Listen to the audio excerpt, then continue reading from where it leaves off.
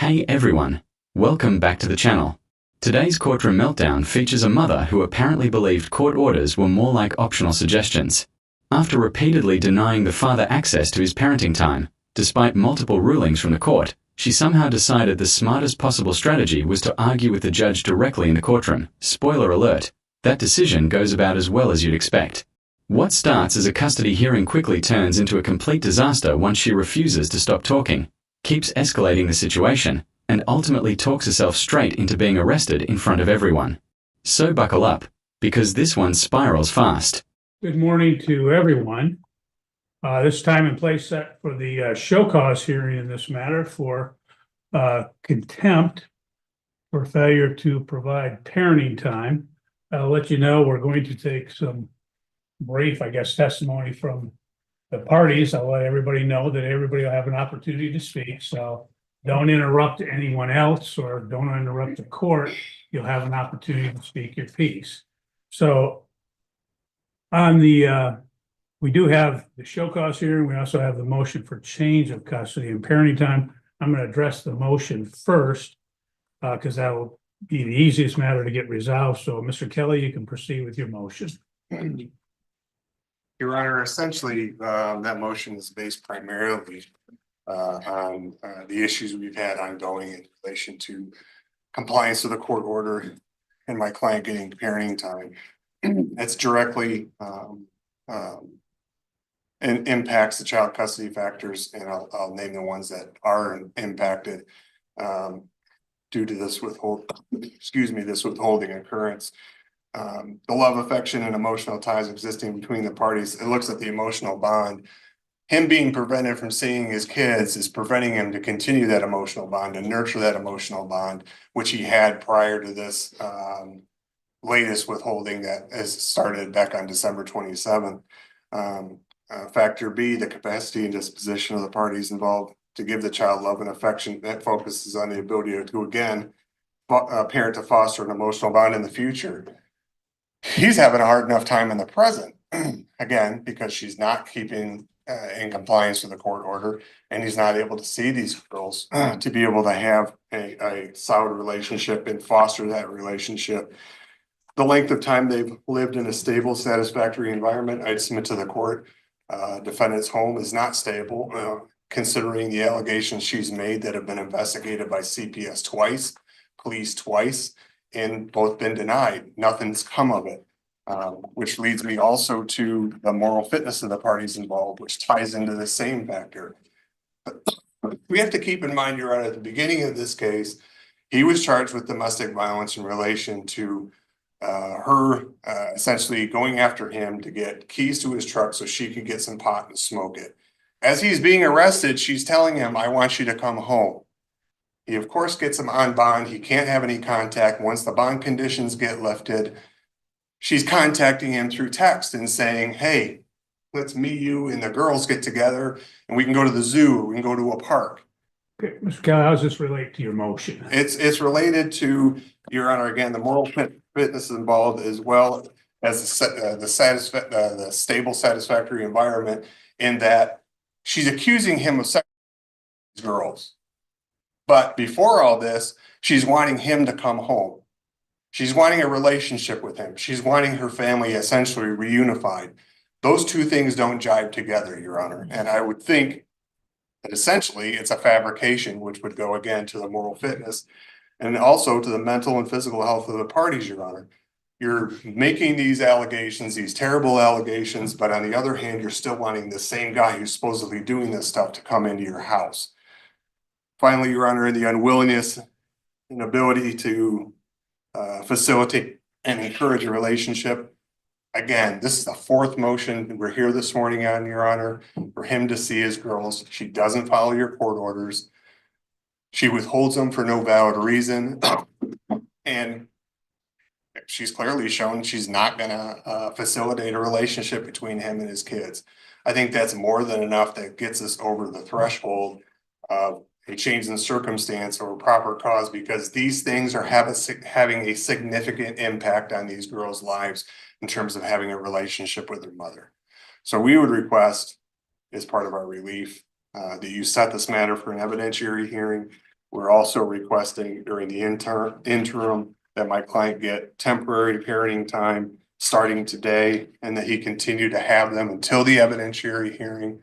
That mom's parenting time be supervised at her expense, because she's clearly shown an unwillingness to follow your rulings or to comply with your court orders. I think if you don't do that, she's gonna take these kids and run, and we're gonna be in a bigger mess than we are today. Okay, thank you. Ms. Couch, if you wish to speak to the motion. I had some statements, but it's just what I had submitted to the court. Okay, go ahead, tell me, and then Okay, would you like me to stand? whatever you wish. If it's more comfortable sitting, go ahead, but speak up a little. So we can- Okay, I said that his first statement was true, but the second statement that he said was false. I said I previously tried to change parenting time because of the videos the plaintiff had been watching. It was reported to Penfield's police department because plaintiff was previously residing in Penfield. I spoke to their sheriff where we looked at the videos together, and he told me that he would be conducting a search and not to address the matter to the plaintiff because he would need time to get 2 search warrants, and the investigation was never done. I wonder why, Karen. Maybe it's because every person who hears your story ends up reaching the exact same conclusion. None of it adds up. You keep trying to sell this dramatic version of events, but the more you talk, the more it sounds like something stitched together to dodge responsibility rather than the truth. The fourth statement is false. CPS is not taking the proper steps to ensure the minor children's safety, and I did mention police involvement in the last hearing as well. The fifth statement is also false. Errors were made by the plaintiff's attorney. The sixth statement is also false. There is supposed to be a pending CPS case, and I was never told otherwise. CPS and I have spoken on numerous occasions and decided that the best course of action was therapy, which the minor children are attending at Summit Point. I do have proof of all of that as well. That's also false. I was never told that they were declining to investigate the police. Number 8, it's false. In early 2024, my mom threatened to call CPS on me because of the children's odd behavior, requesting that I get them checked by the doctor. I had the doctor examine them at their 2-year checkup, and almost 2 months later, the plaintiff was arrested for domestic violence. I originally withheld the kids because of the plaintiff's sexual preference for diapers and enemas, knowing that the plaintiff was not mentally stable enough for unsupervised visitation. The 9th statement is true. The 11th statement is false. The 12th, I'm unsure of the plaintiff's employment, but the plaintiff has stopped paying child support, and I still stay at home with my children. Number 13, I have lived at the residence that the FOC has on file since December 10th, 2024. The 14th statement, I'm unsure of the plaintiff's relationship status. I have friends and family in Michigan, and I lived in Indiana until I was 18, and most of my family resides there. Number 15, I would like the court to consider changing the current custody orders and issue no further contact between the minor children and the plaintiff. Plaintiff should be held accountable for his actions, regardless of stature or representation. Well, somebody is definitely going to be held accountable for their actions today. But spoiler alert, it's not going to be your ex, Karen. The more this hearing goes on, the clearer it becomes that the person digging the deepest hole in that courtroom is you. That's all. Okay, thank you. I don't need anything else, Mr. Kelly. What the court will do in this matter is the court has read the pleadings, obviously is well aware of the file in this case. The court does believe that the plaintiff has met the VARCA threshold of proper cause, change of circumstances sufficient for an evidentiary hearing. So the court will schedule an evidentiary hearing in this matter. Mr. Kelly, you can proceed with your show cause hearing. Do you wish to take testimony from your client? Right. Okay, Mr. Connolly, if you step forward, we'll have you sworn in, and then we'll take some testimony. And I say brief testimony. I don't need to get into. Sure. We'll keep it straight and to the point here. Have you been getting your parenting time? No, Why not? because she is refusing to let me see them. Have you attempted to get your children from this couch? Yes, Have you called the police for their assistance? yes.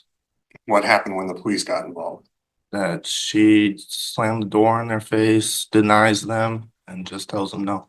Have you filed motions with the court to get parenting time? Yes, Has the court awarded you make up parenting time? yes, Most recently, did the court award you parenting time in January of this year?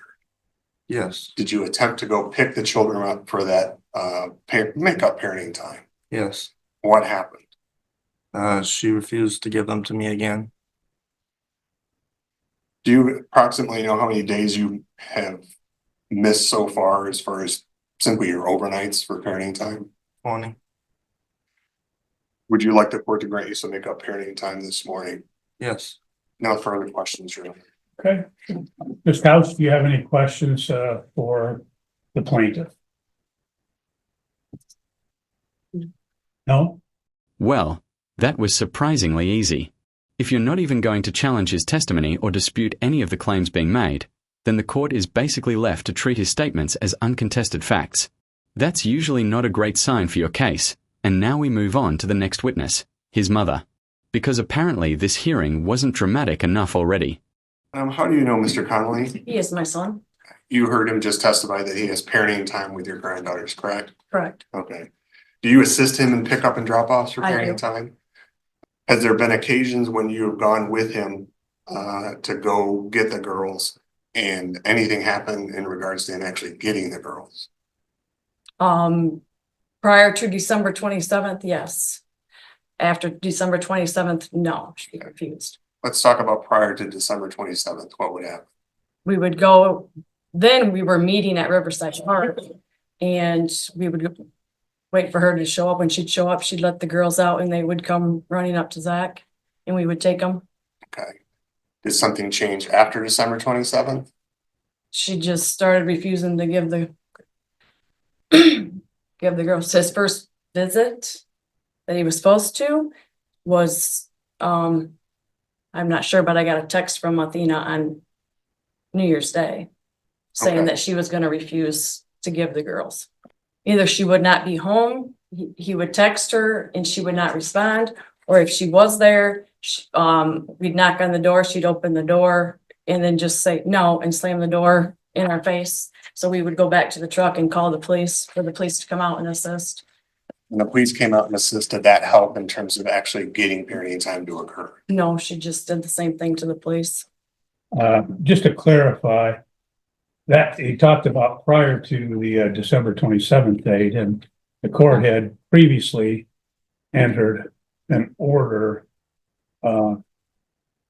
which provided for makeup parenting time that stated that the parenting time would, again, the makeup would occur on January 27, 2025. And the plaintiff's motion states that he did appear on that date. Did you go with him on the January 27th date? Yeah. Okay. And what happened on that date? She just refused. I don't know, either she refused or she wasn't there. And you don't remember if she was not there or if she refused? I don't remember that specific time. Okay. I have it written down at home, but I don't remember. Okay. Ms. Couch, do you have any questions I of do, this witness? yes.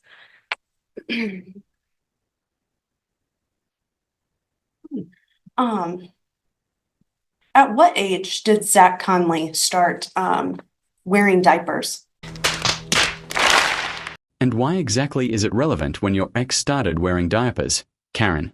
I think the court is pretty safe in assuming it happened sometime shortly after birth, just like literally everyone else.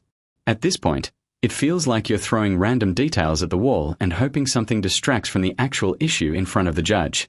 Judge, I'm going to object to it. Ma'am, that is not germane. No, I am. Ma'am, what we'll do is we're here to determine whether there was parenting time. That's the show cause, okay? So that's what the purpose of this hearing is. So you can ask questions about the parenting time, compliance with the orders, etc. Okay? Okay. Go ahead. And you were at my residence on the 27th to pick up the children? Oh, actually, on the January 27th? Yes. Or Yes. December 27th. Or sorry, no, January 27th. I don't have anything written down. Yes. Okay. Even though the order was for the 29th. Wasn't that the Whatever, order that the judge put whatever in day, place? whatever judgment day, So I you don't know were, specific dates, whatever. and I slammed the door in your face how many times? Twice that I went by myself once because that was at an appointment that And, you slammed the door in my face. I have it on video, yes. and you came alone, correct? I did that day, Okay. yes. That was all I have. I'm sorry. Okay, Mr. Kelly, any redirect? No, Your Honor, no further questions, no further witnesses. Okay, you may step down then. Thank you. Ms. Couch, do you wish to present any testimony or witnesses? No? Okay. Check that order because there was some, Ms. Couch, you raised some issues concerning the, I think it was the order of January 27th. I want to make sure if that was the time as well for the makeup parenting time. I believe it was, but It was January 27th through February 9th. okay, that's what I thought. And I could have swore the pickup date was the 29th. I apologize. well, I want to make sure that it's correct so that there's no issue. But I was not home at the time of pickups.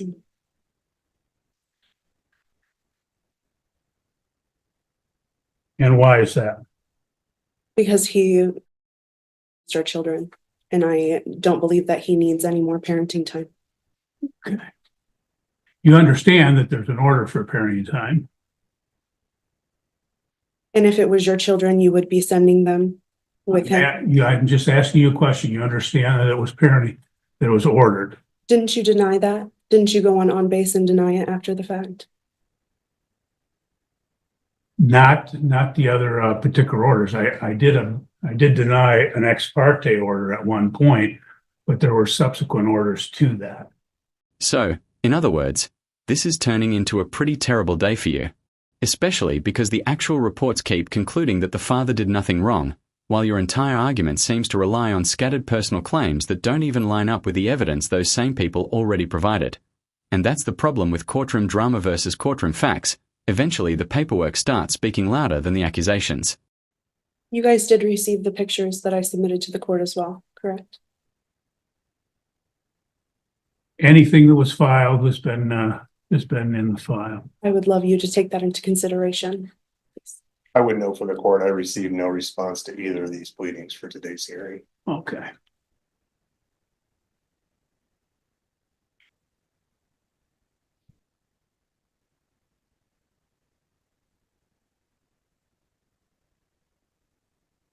You got two in the mail. Okay, the order is dated February 4, 2025. And it provided for makeup parenting time in Christmas Eve, Christmas Day, 2025. It also provided that the plaintiff would have the children with him on January 29th, 2025 at 6:00 p.m. until February 9th, 2025. I have another question to ask you, sir. Okay. Let me clarify that because this is the order dated February 4th. Did you provide parenting time on the January 29th? No, I did not. Okay. And we had at the last hearing and addressed the issue of the CPS involvement. CPS, as Mr. Kelly has stated, has been involved twice before, and they've not had anything substantiated. Is that your understanding? No, I have the CPS report right here, as well as Carla Titus's number. Now she said that her findings weren't. I need to take the kids to therapy, to get the whole picture, from the kids, them talking, them playing, them, interacting with a therapist. And so that way they can go, they can go on record. And they are in therapy at Summit Point. Now this has just started, but they've already, said some things. That was one of my questions. Do you have the report from Summit Point They told me that I needed to sign a release so that way they could contact you. Okay, I'm not aware of any report from Summit Point. It may be in the file, it may not. But you've not introduced that today. And you don't have anyone that could speak to that from Summit Point as a witness in this case, which is what today's date is set for in this particular matter, so. So she refuses to follow court orders. And somehow I'm supposed to believe she's going to calmly accept the consequences? Yeah, that seems unlikely. People who spend the entire hearing acting like the rules don't apply to them usually don't react well when the judge finally reminds them that they absolutely do. Okay, Mr. Kelly, do you have any final argument in this matter? As the court's already touched on a little bit, this is our fourth motion to try to get him parenting time. We simply want him to have his parenting time. With the threshold being met, Your Honor, and considering the behaviors, and I think it's going to be ongoing from this couch, we request that the children be turned over to him today, that he have custody and parenting time with the children until the evidentiary hearing occurs. We request mom's parenting time be supervised. We'd also request the assistance of law enforcement to pick the children up. I believe they're probably with her mother, who's likely going to take the same stance as Ms. Couch and refuse to turn them over. Maybe give them the authority with a court order if she fails to do so, that she can be arrested. And in the meantime, Your Honor, we'd request a finding of contempt. Sanctions are doing nothing. You've sanctioned her $1,000, which she's a voice she's never going to pay. Doesn't have any impact on her. At this point in time, we request jail time, 30 days of jail time. Maybe that'll get her attention that she needs to follow your orders. Thank you. Thank you. Ms. Couch, your closing argument. I am acting I just want my kids to be safe. That's all.